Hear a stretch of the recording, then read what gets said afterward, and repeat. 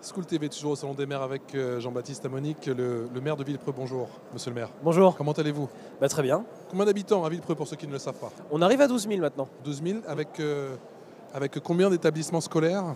On a 5 écoles élémentaires et maternelles, mais on a surtout à Villepreux la chance de pouvoir faire tout son parcours scolaire, du berceau, c'est-à-dire de la crèche, jusqu'au lycée, puisqu'on a également un collège et un lycée, ce qui rend la commune assez attractive pour les familles. Avec un maître mot, monsieur le maire, c'est le mot citoyenneté.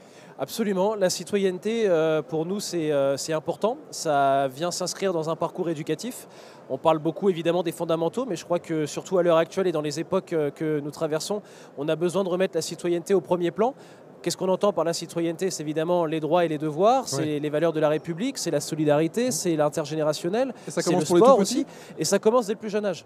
Alors ça commence pour nous avec, je dirais, des événements à destination des plus jeunes. On a eu la chance de vivre les Jeux Olympiques et Paralympiques.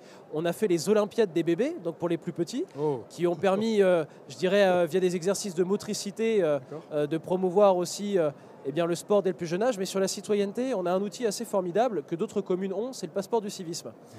C'est la deuxième année qu'on le porte sur la commmmune à destination des CM2. C'est un petit livret qui va accompagner les élèves des CM2 dans, je dirais, la construction de leur parcours de citoyen.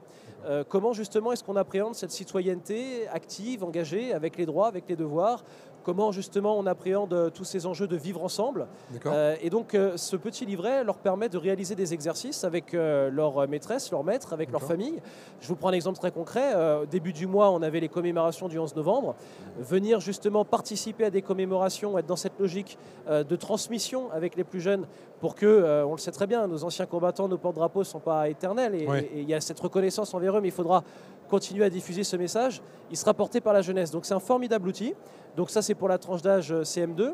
Ensuite, diverses actions dans le cadre de notre plan éducatif territorial, le fameux PEDT, où on a des actions à la fois sur le harcèlement scolaire.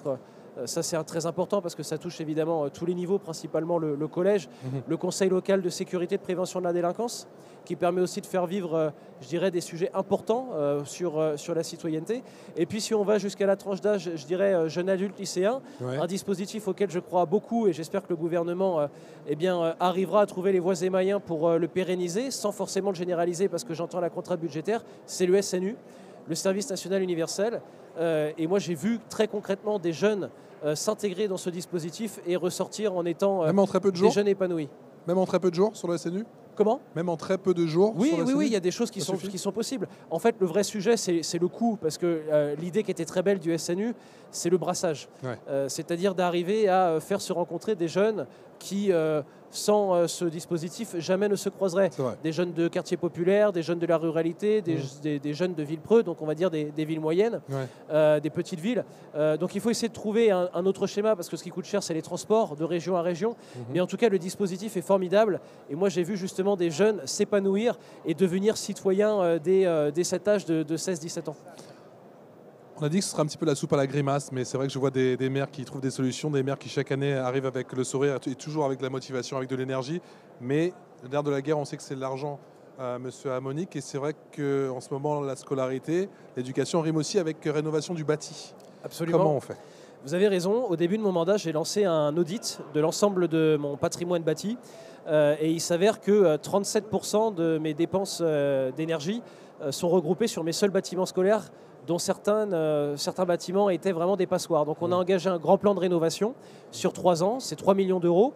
À la fois, on continue aussi à végétaliser les cours d'école parce que ce n'est pas uniquement dire on met des arbres, c'est créer des conditions de confort et des îlots de fraîcheur pour lutter aussi contre les périodes caniculaires qui sont de plus en plus fréquentes avec le réchauffement climatique. Donc on essaye de créer aussi des environnements propices à l'éducation pour les enfants, mais aussi pour toutes celles et ceux qui y travaillent.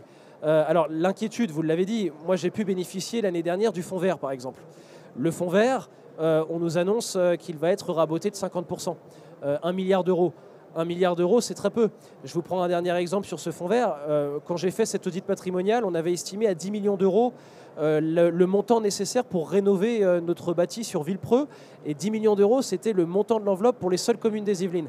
Donc moi, je voudrais, à travers l'opportunité que vous me donnez aujourd'hui, interpeller le gouvernement en disant que il faut mettre les moyens en face des actes. On ne peut pas annoncer que la transition écologique et énergétique dans nos territoires est une priorité sans mettre les moyens en face et dire en même temps que la transition énergétique et la rénovation énergétique du bâti scolaire est une priorité si on ne s'en donne pas les moyens. Il faut mettre les moyens en face des actes. Le message est passé. Merci beaucoup, monsieur le maire. Merci à vous. Merci à vous.